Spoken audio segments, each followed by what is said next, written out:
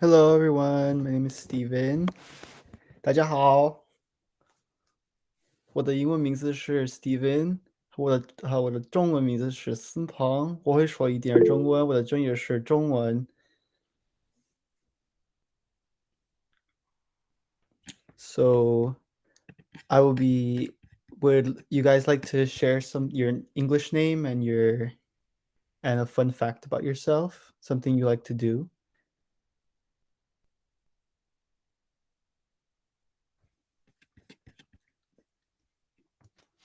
你们的爱好？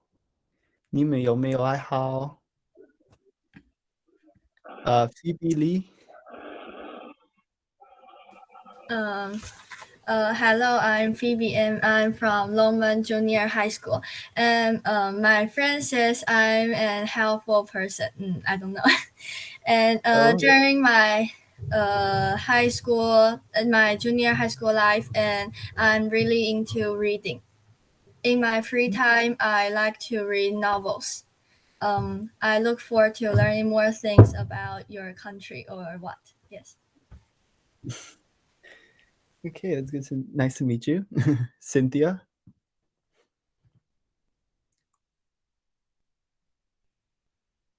Hi, I'm Cynthia. I'm Sam from Roman Junior High, and my I just like Phoebe. I like to read novels too, and I like to read this detective novels because I think that is very fun. Also, I like dogs, especially Shibas. Shibas are so cute. Just like this. Okay, I like dogs too. Bruce Chun.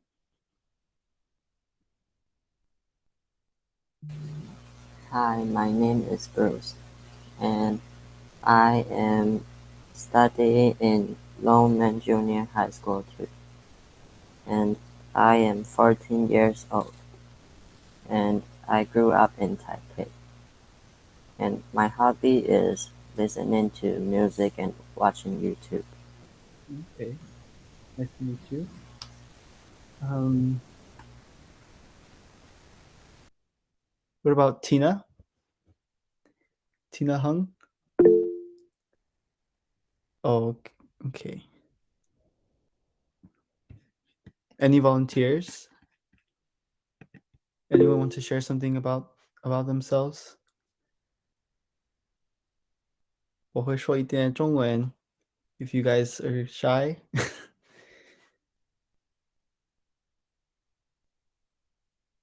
Okay, for the sake of time, we're going to move on. So, let me share my screen. Okay, so, oh, oops, my bad. So my presentation, can you guys see my screen?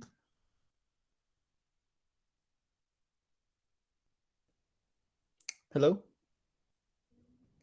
Is it visible? Yes? Okay, I'll take that as a yes. Okay, my presentation is about American universities. So I provided a quote which says, "Give a man a fish and you feed him for a day. Teach a man to fish and you feed him for a lifetime." And what this quote means is that education is very important and education can get you places in life. So, university, what is a university? A university is a noun, which means it is a place. And a university is an institution where students study for degrees and where academic research is done.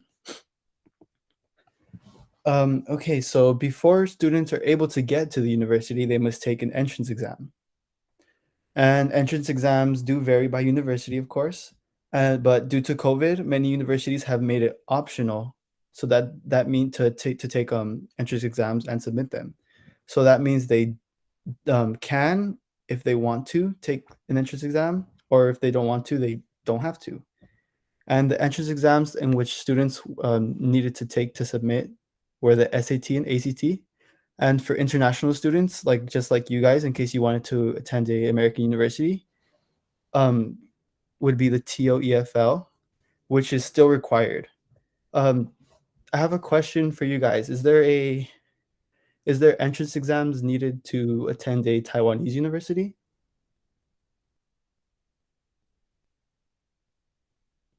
Yes. What is it called?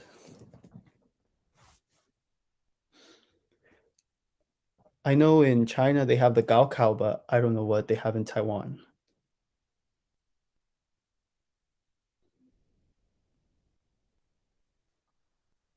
Anyone?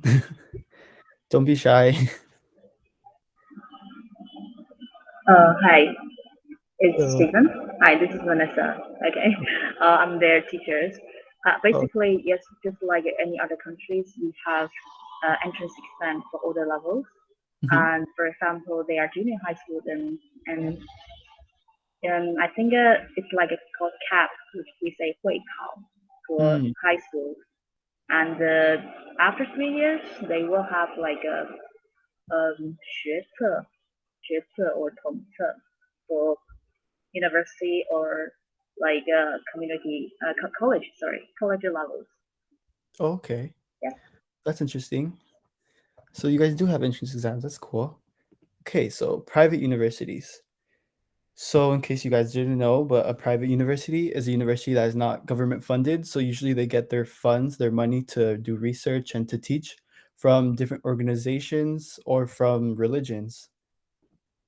Okay, starting off, here are the 4 of the 8 Ivy League universities. If you guys don't know, the Ivy League universities are some universities which are considered the top in the nation and I believe in the whole world as well. If you look at the acceptance rate for freshmen and transfer, um, they're very, very low because it is very prestigious. Prestigious being that it's very famous and everyone wants to go there. Um, you can see that they're test optional, meaning that you don't have to submit entrance exams, as I explained earlier. Here are the other 4 of the 8 Ivy League universities: Princeton, Harvard, Columbia, and Dartmouth. Many of the students that end up attending these universities gave up a lot of their time during high school for volunteer, attending clubs, and sometimes they even start their own organizations so that they can show that they have leadership skills. And you can see that the GPAs to attend, they must have most of them. They must have a 3.9 out of a 4.0 scale for a GPA. And for SATs, they range from 1400 to 1600, which is very, very high. And here are some fun facts about the Ivy League universities. So, did you know Harvard University has an entire program dedicated to hip hop music? So that means that besides their regular education, there are these things called general education, which means you have to take at least one level of math, one level of English, and one level of science. But students who decide to participate in this program um, take the rest of their classes just learning about hip hop music. And out of the 8 Ivy League institutions, 7 of them were established when America was still a collection of colonies. So this means that many of the Ivy League universities are older than America itself. And for about 50 years, organic chemistry students at Cornell host a band performance in the library before exams. So here are some more private universities which are very prestigious as well, like the Ivy Leagues. Stanford University, very prestigious, located in Northern California. As you can tell, its GPA to attend would be 3.95 on a 4.0 scale and higher. It is SAT optional. I do know people who did get into Stanford without taking an entrance exam because they did have very well GPA and they had extracurriculars. They started their own organizations. They helped in their community. And USC, which is located in Southern California, specifically Los Angeles, California. I actually live by this university. It's a very good university, very prestigious. It's optional. Most about 99% of universities in America are test optional for entrance exams. So there's not really a need to take them. But if you believe that you need the entrance exam to show that you're able to attend this university, you can. MIT, very prestigious, located in Boston, Massachusetts, and Occidental College, which is in Los Angeles, California. And here are some religiously affiliated universities. So if you end up attending a religious affiliated university in America, there's like a 90% chance that it will be a Catholic affiliated university. That doesn't mean you have to affiliate with the religion, but that it's just funded by the religion. And a lot of the colleges are very prestigious, like University of Notre Dame, Loyola Marymount University, and Boston College. But besides those being affiliated with the Catholic University, there are universities like Soka University of America that are affiliated with this is affiliated with Buddhism. Specifically, they believe in the ideas of Soka Gakkai. And these are still very good universities. They're very prestigious. Many of the universities require essays. You have to write essays to them, and then you have to show your grades, show that you're that you participate in your community. Public universities. Public universities are universities just exactly like private universities, except they're funded by the government. So this includes state universities and community colleges. Starting off is the UCs. These are 4 of the 9 UCs. There are 5 more UC campuses. I'm pretty sure you guys have at least heard about these 2 universities, UCLA and UC Berkeley. They're considered some of the top public universities. And these are just like the private universities. You do have to write essays 4 different essays about yourself to show the university who you are and why you should attend the university. And you do have to have a good GPA. But because of COVID and because it was very hard to go to the testing sites of the SAT and ACT, the UC system actually omitted the need. So that means there was no choice to submit an entrance exam. So you can just apply with your GPA and your extracurriculars and your essays. And you can tell that the acceptance rates are still very low. And fun fact, UCLA is the #1 applied to university in the world. I guess because everyone wants to go to Los Angeles and live there. UCLA receives about like 100,000 applications every year, and only 14%. So that means like 14 out of every 100 students are chosen to attend the university. There's also the Cal State system, which is not very well known around the world, but it's still a good system. There's still colleges. It's not as prestigious, but they still have good education. As you can tell, the acceptance rate are far higher. They're just like the UC system. The CSU or Cal State system does not need give the option to submit entrance exams because, as I said, it was very hard to take them during COVID. And here are other college systems which are public but independent within different states, like University of Washington, University of Michigan, UNC Chapel Hill, and Arizona State University. It's still very hard to get into these universities because there's so many students within America that are trying to get into them, and only so many can have a seat in the class. And here are community colleges. I myself am a community college system, and as you can tell, there's no GPA requirements, there's no entrance exam requirements, and 100% acceptance rate. Anyone can attend a community college. And here is a glimpse at college life. So there are many students in which they live on campus within the dormitories or off campus if they live nearby. College in the US is more than just taking classes. Most of the work university students do will actually be outside of the classroom, such as working on assignments, group study, or research. Sometimes the amount of time a student devotes to university work will be more than 40 hours a week. Club activities are very prevalent in American universities. Many clubs can range from yoga club, dance club, and K-pop club to social justice and debate clubs.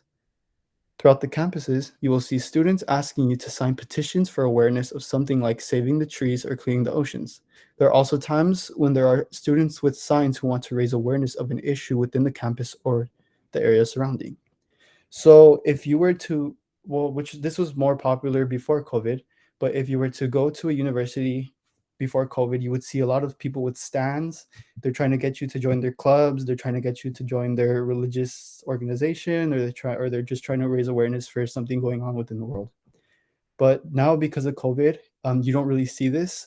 Just for example, recently I visited UC Berkeley, and you don't really see a lot of college life because all the students are being quarantined in their dorms, and they can't really move around a lot.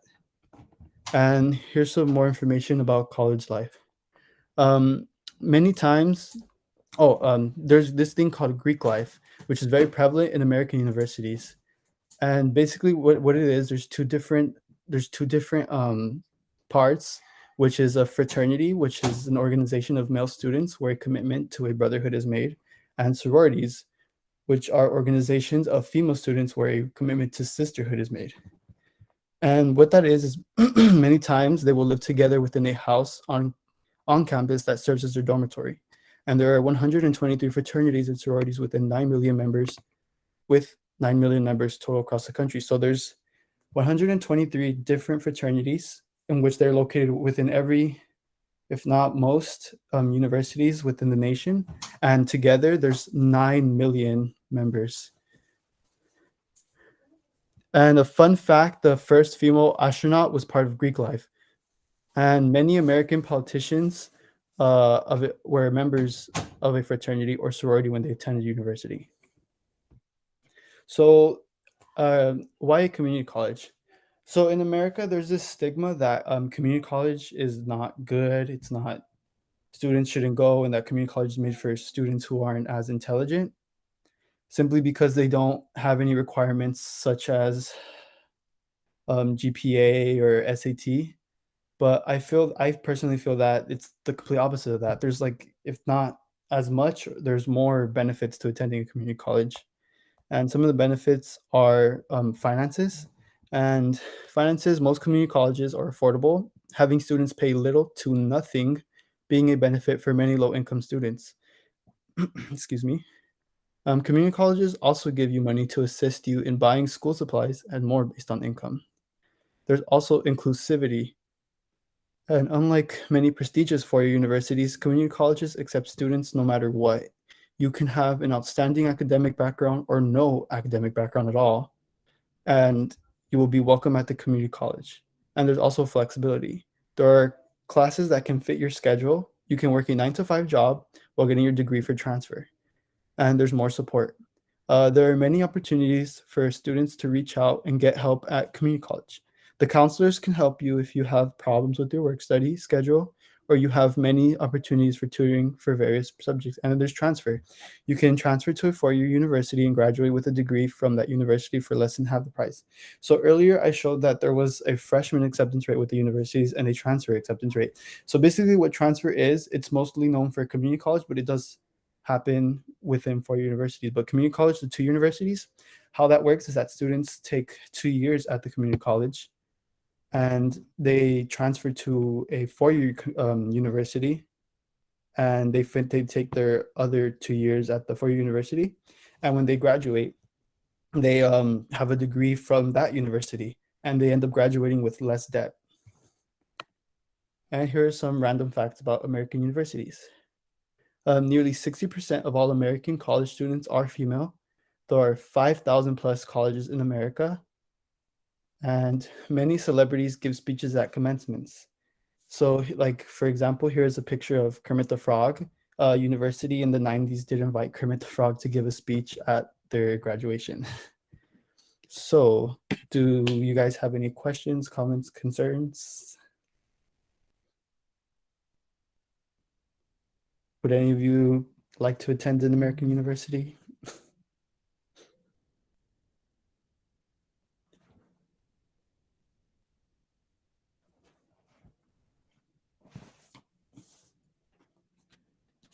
Any questions? Is there questions in the chat? Because I cannot see the chat.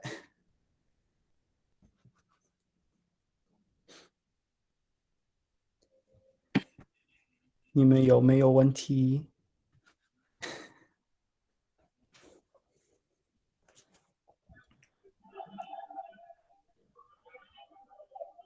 Hello? Okay, I have a question. Okay. How long do you have to prepare those entrance exams before you get into the college that you want? So Usually students start within their third year of high school. So in America, there's 4 years of high school. So you usually take your SAT or ACT test in your third or fourth year. But if you usually students take up to a year or 2 years to study for it. And sometimes when students don't do the best on their first try, there's multiple tries within like the year before you apply to college.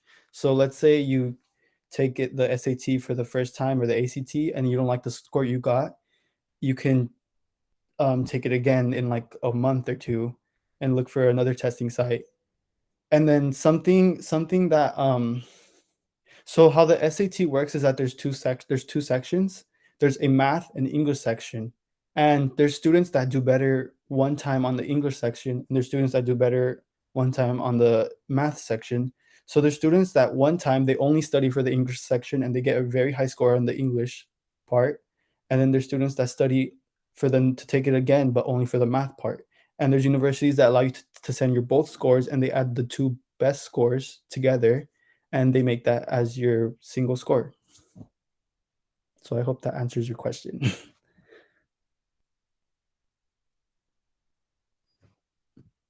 Any more questions? Yes, thank you very much. Do we have any students want to apply for university? Any of you want to attend the American University? UCLA, UC Berkeley, Harvard, USC. Is there any Taiwanese universities that you guys want to attend?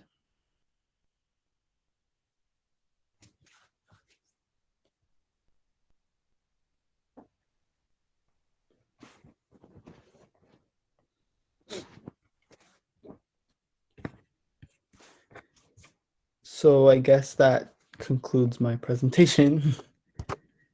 So thank you. But do you guys have any more questions? Anything? Any questions about me, about my college experiences, how my life is in college right now during the pandemic?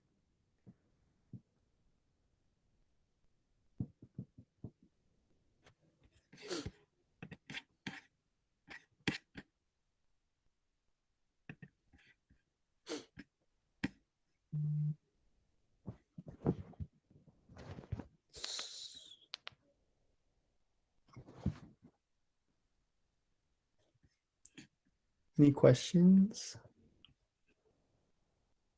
Yo, Mayo.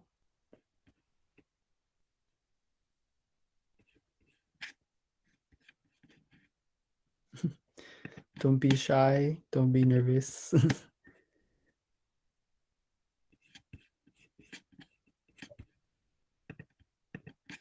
So I guess that concludes my presentation. I guess that makes time. So thank you guys for having me. Oh, how long have I been learning Chinese? So I have been learning Chinese for 6 years. And in the university, I have been learning it for 1 year.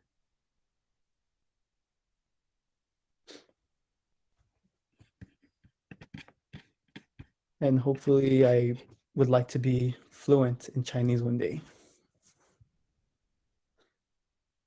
Any more questions?